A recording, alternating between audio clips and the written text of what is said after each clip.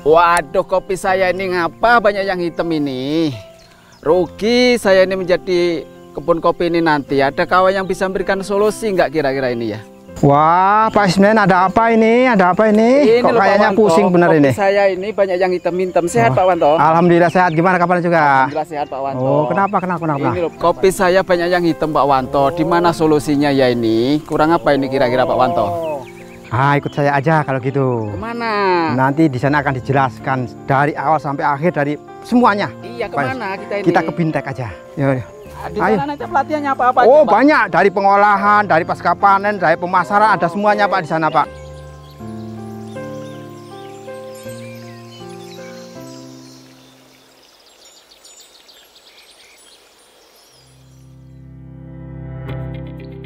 Biji kopi memiliki cita rasa yang khas, unik, dan karakter yang kuat.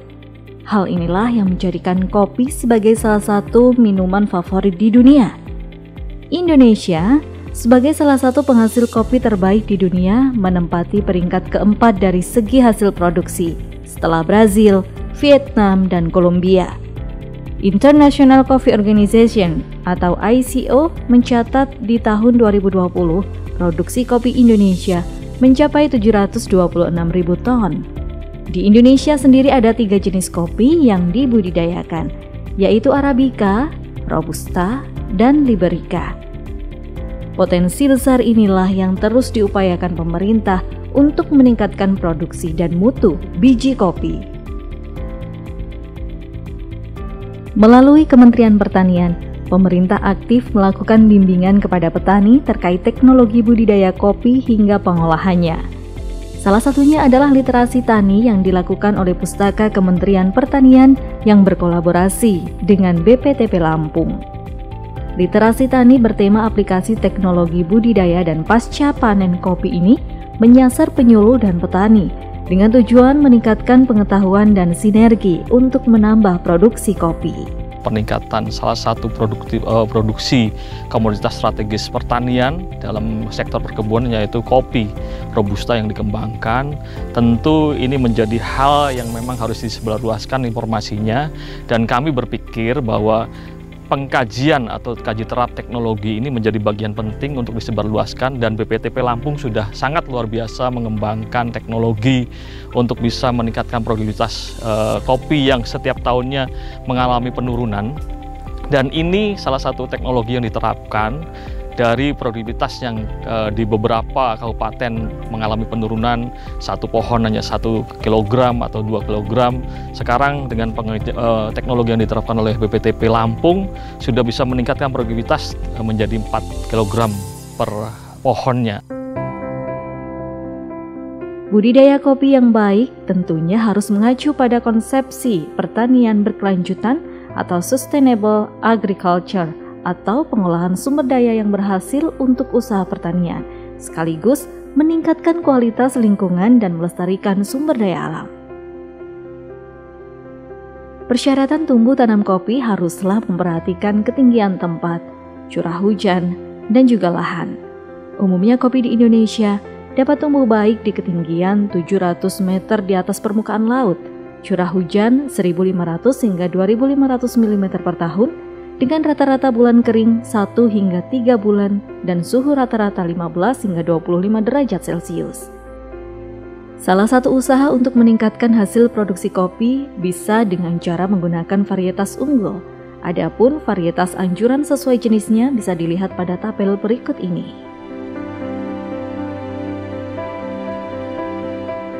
Pada dasarnya, pembenihan dan perbanyakan tanaman kopi bisa dilakukan dengan 2 cara, yaitu cara vegetatif dan secara generatif. Perbanyakan generatif dapat dilakukan dengan cara yang mudah dan sederhana, yaitu dengan menyemai benih atau bijinya. Sedangkan perbanyakan vegetatif dilakukan dengan stek, cangkok, okulasi, dan kultur jaringan. Bibit kopi yang berusia 10 hingga 12 bulan siap dipindahkan ke lubang tanam yang dibuat 6 bulan sebelumnya. Lubang tanam ideal yaitu lebar 60 cm, panjang 60 cm, dan kedalaman 40 atau 60 cm. Sedangkan untuk jarak tanamnya menyesuaikan jenis kopi yang dibudidaya. Dalam budidaya kopi, kesalahan dalam pemeliharaan bisa menyebabkan penurunan produktivitas kopi dan pertumbuhan yang tidak maksimal. Pemeliharaan tanaman kopi meliputi penyulaman tanaman kopi yang mati, penyiraman untuk menunjang fotosintesis, pemupukan awal yang dilakukan 2 minggu setelah tanam, dan pemupukan susulan yang dilakukan di awal dan akhir musim penghujan.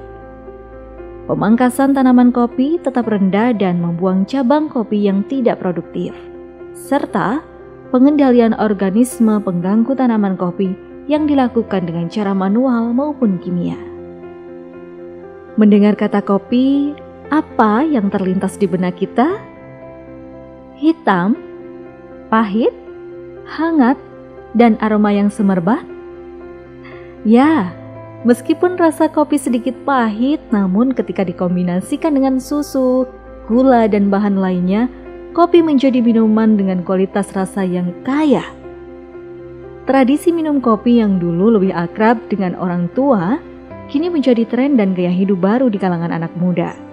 Kini, kopi tak lagi disajikan secara tradisional saja, namun sudah menggunakan teknik-teknik dengan berbagai peralatan yang modern. Agar sampai ke meja para pecinta kopi dengan kualitas bermutu tinggi, pemanenan kopi harus dipetik dalam keadaan matang sempurna. Kematangan buah ditandai oleh perubahan warna kulit buah telah merah kehitaman.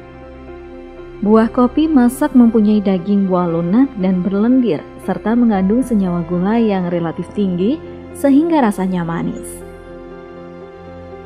Buah hasil panen harus segera disortasi untuk memisahkan buah yang masak dan sehat dari buah inferior, cacat, pecah, terserang hama penyakit, serta dari kotoran dan benda asing.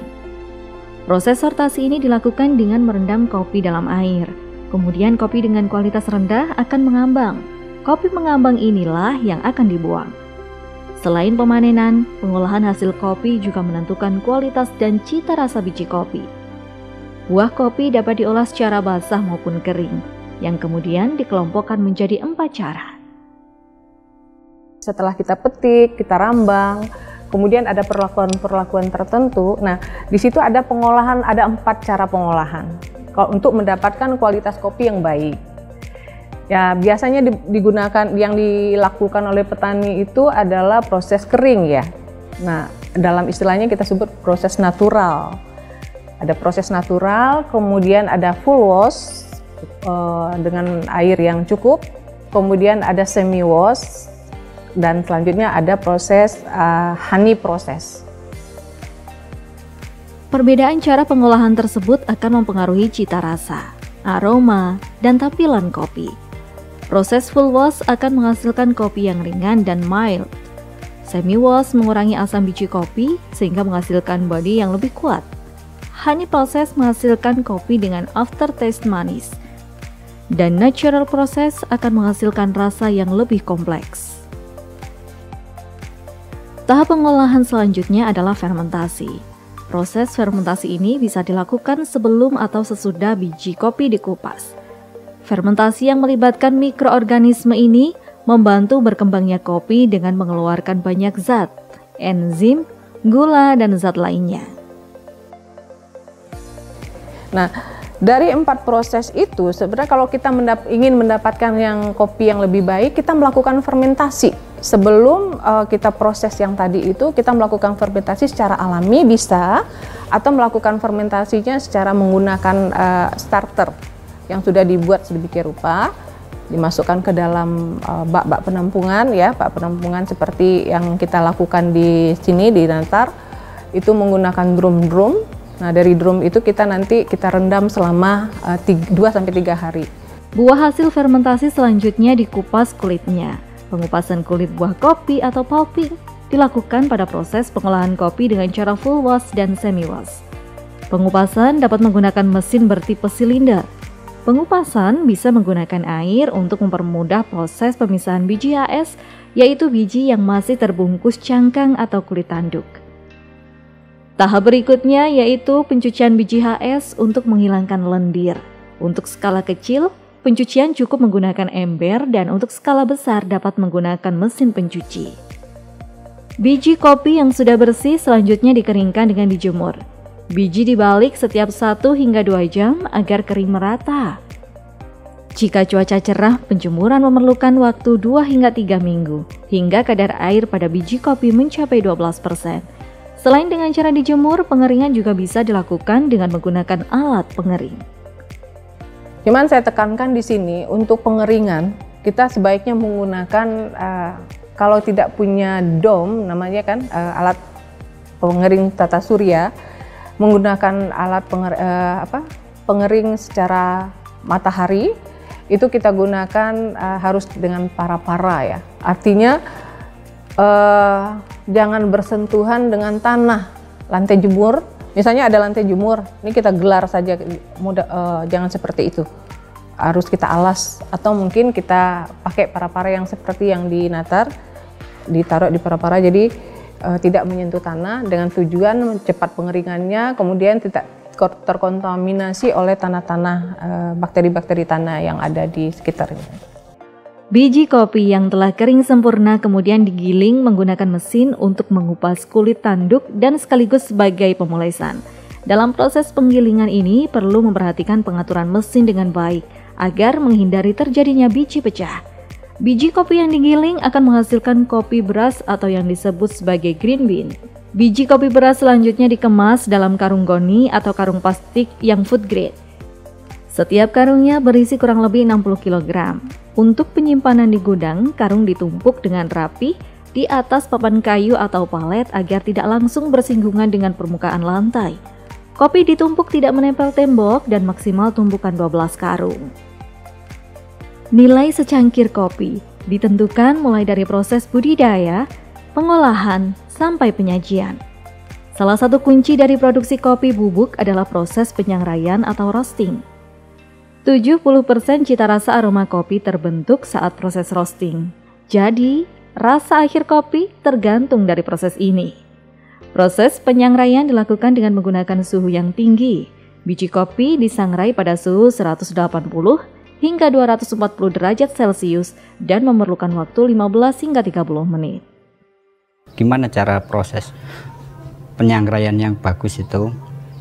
Kami konsultasi, terus kami belajar. Kami diberitahu seperti ini, Mbak.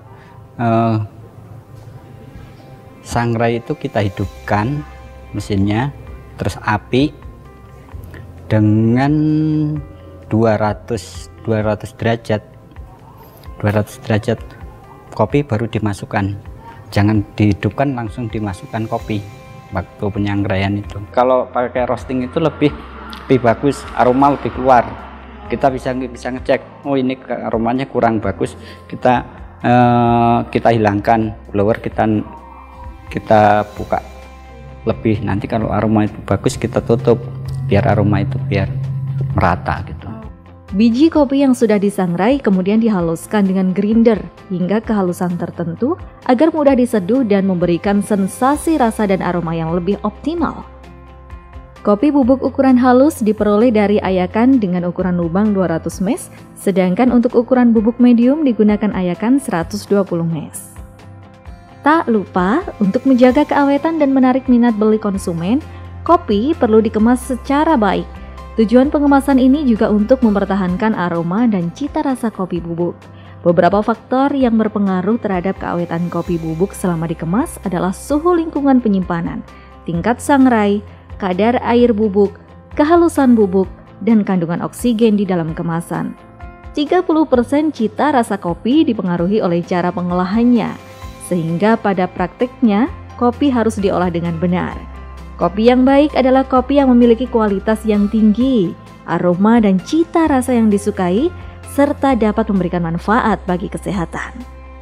Untuk para petani, saya berpesan, bapak-bapak tani, ibu-ibu tani, sebaiknya kopi itu dipetik merah dengan cara dipilih, kemudian diproses yang benar, dan titik kritisnya adalah di pengering. Karena di pengeringan ini, kalau seandainya terjadi kontaminasi, itu mungkin sedikit cerita ya, kontaminasi oleh satu mikroorganisme yang bernama Aspergillus ocraceus itu jenis jamur cendawan akan mengkontaminasi si buah kopi yang kita jemur. Itu nanti pada saat penyangraian memang jamurnya mati, tetapi toksin yang dihasilkannya akan terbawa, tereduksi cuman berapa persen, sampai kita seduh nanti itu akan ada. Jadi sangat kritis sekali di penjemuran. Kemudian terakumulasi beberapa tahun, misalnya 9-5 tahun, 5-10 tahun, itu bersifat karsinogen. Ini akan menyebabkan penyakit-penyakit generatif seperti penyakit kanker dan sebagainya. Upaya peningkatan mutu dan nilai tambah melalui penerapan teknologi penanganan pasca panen dan pengolahan kopi sangat penting dalam pengembangan kopi nasional. Tren permintaan kopi yang terus meningkat harus diiringi dengan peningkatan mutu kopi yang dihasilkan petani. Melalui Good Agriculture Practices serta pengoptimalan teknologi diharapkan dapat meningkatkan produktivitas kopi Indonesia.